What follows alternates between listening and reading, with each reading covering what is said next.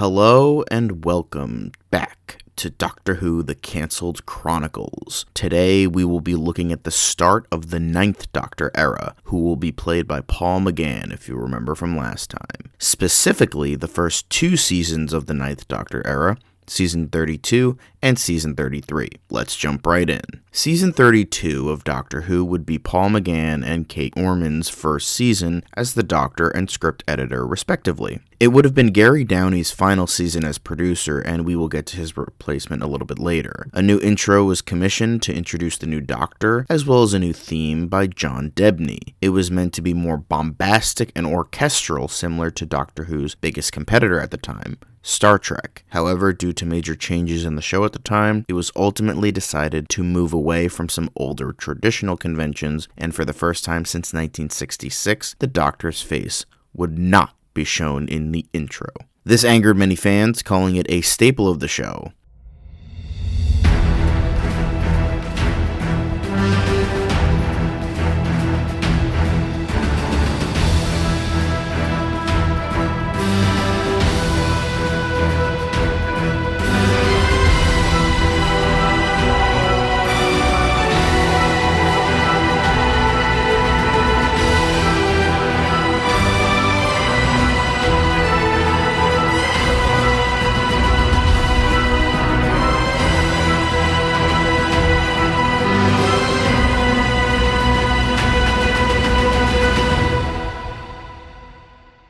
The Doctor would be getting a new console room as well. It would be similar to the TV console room, but majorly scaled back for the BBC's budget at the time. Although the budget would be getting a boost thanks to Doctor Who reaching popularity again. The amount of episodes and stories per season would stay the same at 22 episodes with 8 stories. Claire King would stay on for one more season as Sierra, but she would be leaving in the season finale, and a new companion played by Julia Ormond would be introduced in the 3rd serial this season. Then finally, with the show becoming popular once again, as I mentioned, the picture format would be getting a boost, going from the format that has been used by the show since the 70s to a new standard definition 16:9 format to make it more cinematic in feel. The first story is The Eye of Harmony, written by Nicholas Briggs. A newly regenerated Doctor finds himself in San Francisco with his companion, Sierra, dealing with his post-regenerative state with a new plot from the Master, who's trying to take his regenerations for himself while his current body decays. This is essentially the TV movie, but obviously majorly tweaked to fit into what the show was doing at the time. It would be a lot less Americanized, no Grace Holloway having a returning companion, no half-human Doctor, and we would have Anthony Ainley returning in his final outing as the Master. So the opening with McCoy would obviously not be there, and it would be replaced with the Doctor trying to pilot the TARDIS and crashing. Over the course of the story, we would have the Doctor slowly remember who he is, just like in the television film, with Sierra trying to help him the best she can. The Master would be watching them at first, and eventually reveals himself in the 2nd episode. He wouldn't be totally decayed like the Pratt or Beavers Masters, but he would be looking a bit,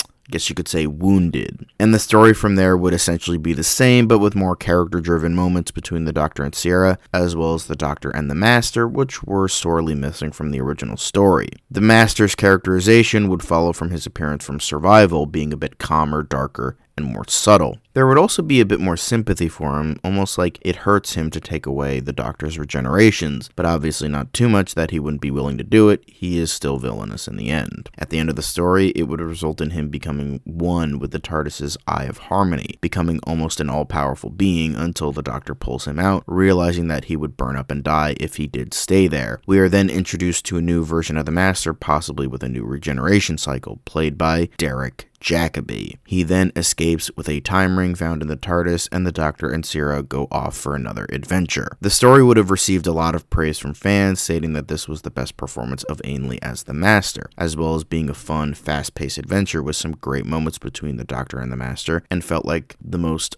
personal story between the two, and Sierra also getting a good amount of screen time, trying to help the Doctor while dealing with her own amnesia herself. The second story is Outlast, written by Kate Orman. The Doctor and Sierra come across a world that is nothing but dust and sand, except for a small civilization in the distance. The TARDIS has sensed danger and has dematerialized away. The TARDIS crew is now stuck on this barren planet with their only hope of this small town many miles away. However, what they don't know is a strange creature stalking them, hunting its prey. This would be a very simple story, as sort of a cat and mouse hunt between the Doctor and the villain of the story. Think Predator, but Doctor Who. There would be an ongoing mystery of what happened to the planet, and it turns out the dust is in fact all the people that this race, that this being belongs to, killed. This race wiped the entire planet out and tore down everything that resembled a civilization, with the exception of a small town designed as a mirage for people to come down to the planet. However, the alien race soon realized that they were indefinitely stuck on the planet and resorted to killing each other. The Doctor eventually realizes this while going back and forth with the creature called a Hatrata. By the end of the story, the Doctor finds his TARDIS and decides to spare the Hatrata and takes him back to his home planet, and the Doctor and Sierra leave. This story would have received mixed reviews from fans, stating that while it did have some good ideas and showcased the Doctor's personality properly, it felt like a weak episode with a thin plot, as well as some fans not agreeing that the Doctor left the Hatrata to live despite him and his people destroying and killing an entire civilization and his own people. The third story is The Fiends of France, written by Paul Cornell. The Doctor and Sierra decide to take a vacation in France, where they meet a young woman named Jean Marie, who is also taking a vacation. They come across a strange cult of supposed demons who are sacrificing the young and must stop them before it's too late. It would have the Doctor and Sierra trying to enjoy a vacation, but the Doctor noticing something is off. They come across a woman who's also vacationing named Jean Marie, who seems a bit naive and oblivious to her surroundings. Eventually she goes missing, and the Doctor and Sierra must track her down. The Doctor notices people that seem normal when you're looking at them, but in the corner of your eye notices something more demonic and scary. When the Doctor tries to confront them for information, they state they don't know anything. It turns out they are infected with parasitic beings who use humans as sleepers, and only during certain activities do they activate. They crash landed on Earth many years ago, and their leader was technically the only survivor. He went off to look for help and disappeared. The aliens were codependent organisms where they technically had two bodies, one almost acting as a host, and the other used for higher brain and organ function, and other such things. The one used for brain and organ function lived while their host bodies died, and a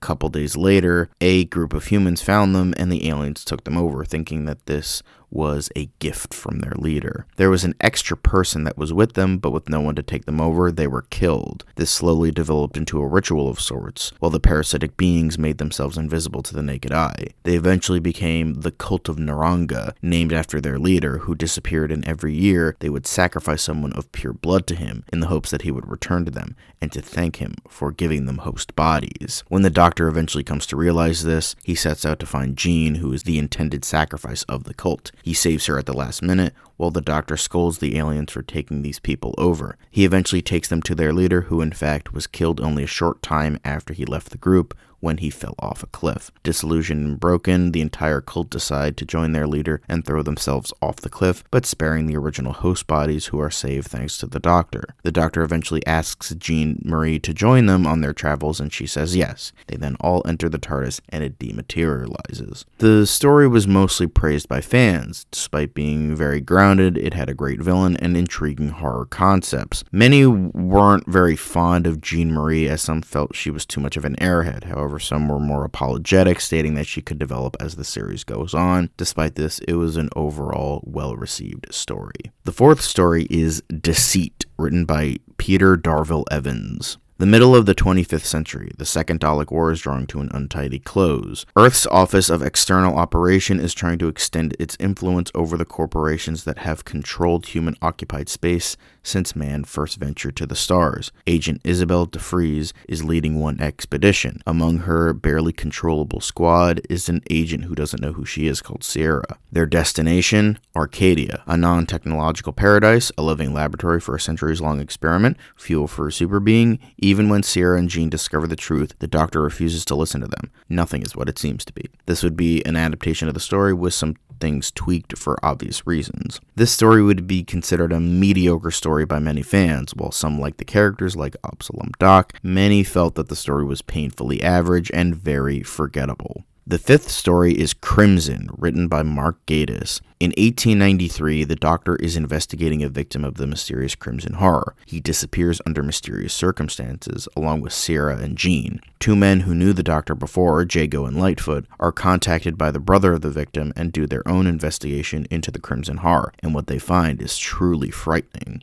Our first New Who adaptation, and it's an adaptation of the Crimson Horror. However, here, instead of the incredibly cringy and annoying Paternoster gang, we bring back Jago and Lightfoot from the talents of Wang Chiang. Most of the story would stay the same, however, it's Sierra and Jean replacing Clara, obviously, as well as many tweaks to fit it properly within the time. The story was considered good by many fans. While it did have some strange bits in regards to the story, many liked seeing Jago and Lightfoot again, and thought it was a semi-interesting story in the 19th century setting, as well as having a semi-decent villain. The sixth story is The Conundrum, written by Steve Lyons. A killer is stalking the streets of the village of Arendelle. The victims are found by one each day, drained of blood, but if that seems strange, it's nothing compared to the town's inhabitants. The Doctor, Sarah, and Jean think they're investigating a murder mystery, but it's all much more bizarre than that, and much more dangerous. Someone has interfered with the Doctor's past again, and he's landed in a place he knows he once destroyed. This time,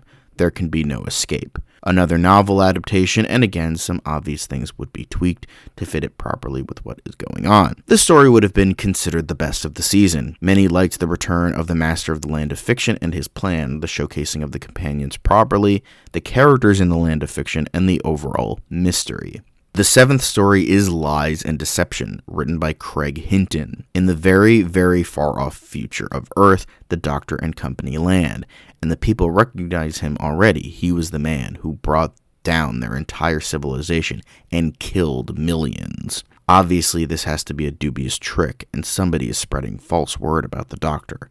At least, Sarah and Jean hope so.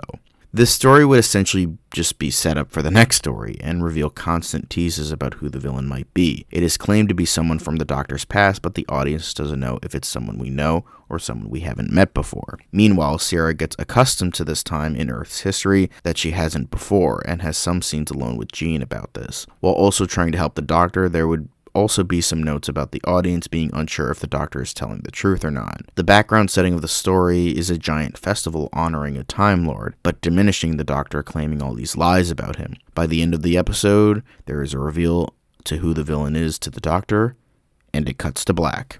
The story would have been considered mixed from fans. Many complained that it was just essentially set up for the next story rather than being its own story. However, many considered it a semi-decent mystery and liked the development for Sierra's character. The eighth and final story of the season is The Bells of Bellator, written by Mark Platt. The Doctor, Sierra, and Jean finally find out who has been spreading the lies of the Doctor. He is known to be a Time Lord from the past and new leader of this future Earth, Bellator. He leads this new civilization against the Doctor to unite this planet against a common enemy. It's up to the Doctor to hopefully prove to the people he's not a threat and that Bellator has been playing the people like a fiddle. But with who Bellator truly is, the Doctor may be hesitant. It is soon revealed that the Time Lord in question was Bellator, a teacher from Gallifrey, who mentored many students at the Academy, including the Doctor. Bellator claims that he was exiled from Gallifrey, stating that after witnessing an alternate future where Gallifrey was in ruins from an unknown enemy, that he tried to push the Time Lords to save themselves. But they claim that they can't mess with time in that way, and he was exiled for defying Time Lord law, as well as explaining that he is hiding in plain sight as a quote-unquote ruler of the future, and that he needs to unite the people against a common enemy, and he chose the Doctor, but apologizes for it. And as a sign of good faith, he gifts the Doctor his old sonic screwdriver, destroyed in the visitation but now completely fixed. However, Sierra and Jean are a bit too skeptical of his supposed story, but the Doctor seems a bit too accepting of his former teacher. Throughout the episodes, the main story is showcased as the Doctor trying to get the people on his side with some supposed help from Bellator, as well as figuring out how to help Bellator get back to Gallifrey by studying old Time Lord law. However, the Doctor begins to have more and more distrust towards Bellator, trusting his companions more and realizing the holes in his story. The Doctor confronts Bellator and states that he is done listening to his stories and wants the truth.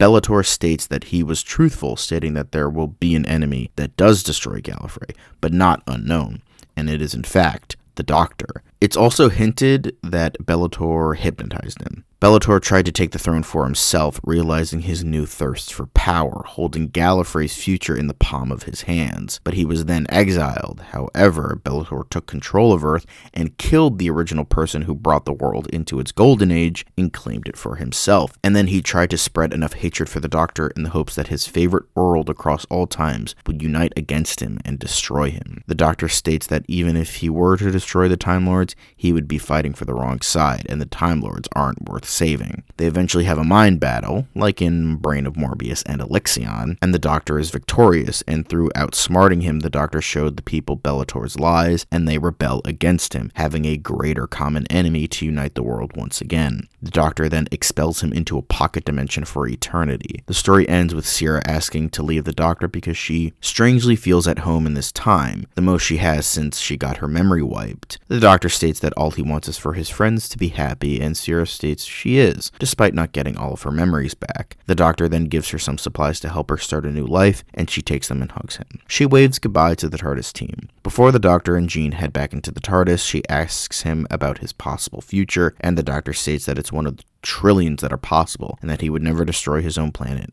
And Jean goes inside the TARDIS, but he then whispers to himself, "Unless I have to."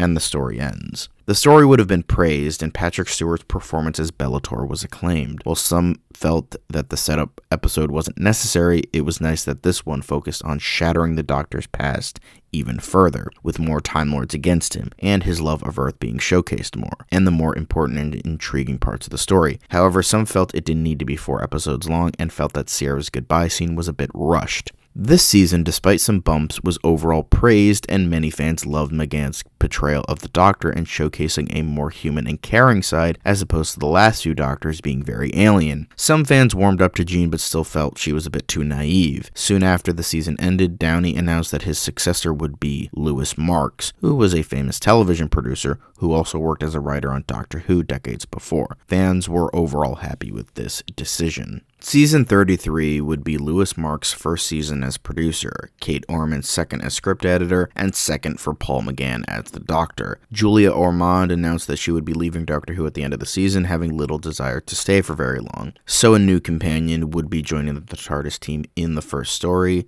However, outside of that, there would be little change. The first story is Theater of War, written by Justin Richards. Years ago, an ancient archaeological expedition came to Manaxas to explore the ruins of an ancient theater. All but one of them died. Now the only survivor has returned, determined to uncover the theater's secrets. But then the deaths begin again. The Doctor and Jean find themselves caught up in the very real events of Shakespeare's greatest play. When they finally reach the theater on Manaxas, the Doctor begins to realize the truth about the planet may be far stranger than anyone imagined. With a young woman named Bernice doing research at the Braxiatel collection, the Doctor and Jean head straight into an interplanetary war. This would adapt the novel with some tweaks. Due to various reasons in and out of universe, Bernice Summerfeld would be introduced in this story rather than Love and War, and become a companion of the 9th Doctor. She would still be a Paul Cornell creation, but he would be uncredited for this story. She would, of course, be played by Lisa Bowerman. This story would be praised, stating that Bernice was a magnificent companion and had exceptional chemistry with the Doctor, as well as the story being exceptionally well written. Bernice getting most of the screen time and really diving into her character and really getting the idiosyncrasies of her and what makes her tick was also praised. And people didn't mind that it was a Doctor-light story. However, the Doctor here felt a bit out of character and a bit too dark, despite this incarnation being more human and caring. The character of Braxiatel, despite not getting a ton of screen time, was also praised. The second story is All-Consuming Fire, written by Andy Lane, England, 1887. The secret library of St. John the Beheaded has been robbed.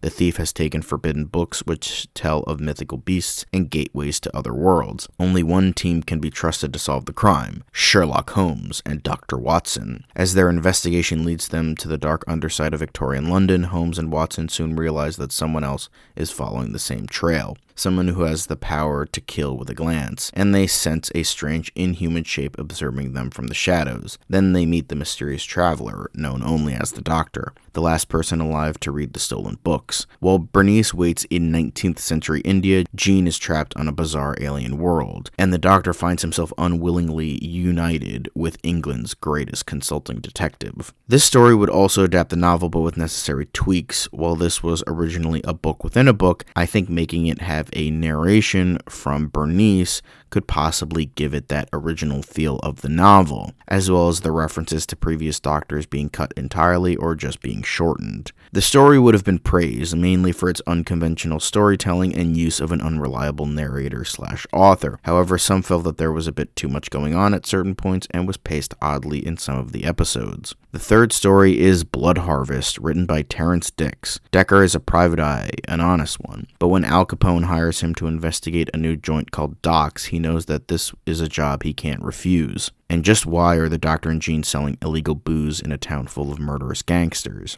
Meanwhile, Bernice has been abandoned on a vampire-infested planet outside normal space. There, she meets a mysterious stranger called Romana, and discovers an ancient and malevolent power linking 1929 Chicago with a lair of immortal evil. The consequences of this story are inextricably linked to events in the Doctor's past. For the third novel adaptation this season, it would again adapt it with some tweaks. The Doctor feeling more like his character here, obviously. Towards the end of the story, Romana would regenerate into her third form due to the reason for Lalla Ward's age, and now she would be played by Alex Kingston in future stories. The story would have been praised and loved by fans for the more horror aspects, satirizing various Doctor Who tropes, use of Gallifrey, and having it serve as a sequel to State of Decay, as well as Dick's writing and intrigue. However, some felt Romana's regeneration was unnecessary. The fourth story is The Day I Lived, written by Kate Orman. The Doctor, Bernice, and Jean come across a bitter and angry woman named Sierra. She is working a boring desk job and is pretty much going nowhere in life. It's only when the Doctor enters her life does it have some excitement. She gets embroiled in a plot in regards to a covert operation trying to track down aliens that have infiltrated Earth for their own means. The Doctor is the reason she decided to join the agency to go to different alien worlds and work undercover as an Auton, leading to her meeting his past self. So this story would have been set a year before modern day Earth, with Sierra being in a sort of bad place in her life. She's miserable, has a terrible job, having to just handle a string of bad breakups, her family not caring about her, and barely making enough money to scrape by, as well as being so mundane. However, when the Doctor, Bernice, and Jean are embroiled in an alien threat, they run into Sierra, and she soon would become part of the whole stopping an alien threat as well. Then a secret agency would also be trying to stop the threat, the agency that Sierra was a part of in the first place. The Doctor and Jean wouldn't need to worry about hiding their identities since she had her mind completely wiped. But the Doctor would try to help her trust him in her future and his past. The threat wouldn't really matter, it would more so be about Sierra finding herself by being with the Doctor before she actually really met him. The story would end with her going with the agency, enjoying how she helped stop an alien threat. The TARDIS team, mainly the Doctor and Jean, are happy knowing that she eventually is happy in the far-off future as well. The story would have been praised, with fans stating that while the mystery of Sierra's past made her kind of intriguing, they were glad they got some closure on her character, as well as the story itself being rather enjoyable and the passive-aggressive interactions with the agency and the Doctor being amusing. The fifth story is The Ghosts of Marinus, written by Gary Russell. The Doctor, Bernice, and Jean get a distress beacon leading him back to Marinus, where the entire planet lies in ruins. Though when they get to Marinus, they discover the beacon was 17 years old when it was sent to the Doctor. Now the question remains, who brought the Doctor, Bernice, and Jean to Marinus, and more importantly, what for? So this would essentially be a member-berries story similar to another Gary Russell story, Legacy. It would include all sorts of references to the first Doctor era, mainly with the villain, who is Yartek and the Vord once again. It was revealed that 17 years after the original story, the Vord came back to conquer the planet once again, and this time could not be stopped. So a distress beacon was sent to the Doctor from the people of Marinus, but for some reason, it couldn't get to his TARDIS until years after the onslaught. When they get there, the Vord have destroyed the planet already, and the Doctor can't go back and stop them because they are a part of history now. Yartek survived the original story and wanted to get the Doctor back to the planet to have his final vengeance once and for all, but is soon easily defeated in hand-to-hand combat with Bernice. They then leave the planet a bit sad with what has happened. The story would have gotten negative reception, mainly because the story was trying too hard to just reference an older era, as well as the reuse of a villain being rather lazy and it having to be majorly condensed due to being only one episode. The sixth story is Damaged Goods, written by Russell T. Davies. The Dr. Jean and Bernice arrive at the Quadrant, a troubled council block in Thatcher's Britain. There's a new drug on the streets, a drug that's killing to a plan. Somehow, the very ordinary people of the Quadrant are involved, and so, amidst the growing chaos, a bizarre trio moves into number 43. The year is 1987, a dead drug dealer has risen from the grave, and an ancient weapon is concealed beneath human tragedy. But the Doctor soon discovers that the things people do for their children can be every bit as deadly as an alien menace, as he uncovers the link between a special child, an obsessive woman, and a desperate bargain made one dark Christmas Eve. Alright, final novel adaptation, I swear. Again, it would adapt the novel accordingly with little changes, with the exception of the type of changes with things being cut for time and that sort of thing. The story would have been immensely praised, being properly dark and having a nice and creepy setting, as well as a great villain and story. However, some felt the ending was a tad too dark. The seventh story is Blink, written by Stephen Moffat. In an abandoned house, the weeping angels wait. The only hope to stop them is a young woman named Sally Sparrow and her friend Larry Nightingale. The only catch, the weeping angels can move in the blink of an eye. To defeat the ruthless enemy with only a half of a conversation from the Doctor as help, the one rule is this: don't turn your back, don't look away, and don't blink. Hey, I said the last novel adaptation. I never said anything about New Who adaptations. So this would almost adapt the episode verbatim, but things would change due to going from 2007 to 1996. This story would have been monumentally praised and considered one of, if not the best story this season. The Weeping Angels were very much praised as a new, intriguing villain. The eighth and final story this season is Revenge of the Daleks, written by Craig Hinton. After the Doctor has defeated them one time too often, the Daleks must contact the Daleks loyal to the Supreme Dalek, the Renegade Daleks, to defeat him once and for all. The story would have essentially been the proper end to the Dalek Civil War arc started in Resurrection of the Daleks. It would have taken place on Skaro 2, the Imperial Daleks' new home planet, with the TARDIS team being forced onto the planet by the Imperials. They feign needing help from the other side, as they want to start a new leaf now that Davros is really dead, and while the Doctor is intrigued with their story, doesn't believe them in the slightest. It's eventually revealed they are working with the Renegade Daleks to try and stop the Doctor once and for all. They set up to torture him, showcasing his greatest victories as greatest losses to break his mind, as well as showcasing other unspeakable things. Bernice manages to slip away before being tied down and tries to find any help at all or getting back to the TARDIS to send a distress signal. The Doctor tries to get himself out of it, but in order to torture him further, they kill Jean Marie. The Doctor is obviously heartbroken. Eventually, it's also revealed that Davros survived, because of course he did, and in order to put aside their differences, Davros and the Supreme Dalek combine to become one entity, the Sovereign Dalek. He sort of looks like the combination of the Emperor Dalek from Parting of the Ways and the villain from Superman 3 with its weird, robotic, uncanny valley looking face. Best way I can describe it. The Daleks get a new look too, something like this, but without the core in the middle and having a darker blue. Eventually, Bernice manages to find help with an army of Thals beaming down to the planet and killing many old Daleks. Eventually, they rescue the Doctor and find Jean's body and take her with them to have a proper burial. However, the Sovereign Dalek and some of the new Daleks manage to get away. The story ends with the Doctor and Bernice looking on at her funeral as they walk away into the TARDIS. The story would have been praised, stating that many liked the more personal story with the Daleks and the Doctor, and didn't try to have it be more epic in scale. However, Jean Marie's death felt more like cheap shock rather than a meaningful death. Season 33 would have been considered a much bigger success than the previous season, with the ratings climbing even more. Doctor Who was now back in the cultural zeitgeist, and having the most popularity since the 70s and early 80s. Marks, Orman, McGann, and Bowerman would all be returning next season. And with that, this video ends. Hope to see you next month with the next 2 seasons of this alternate rendition of Doctor Who. See you later.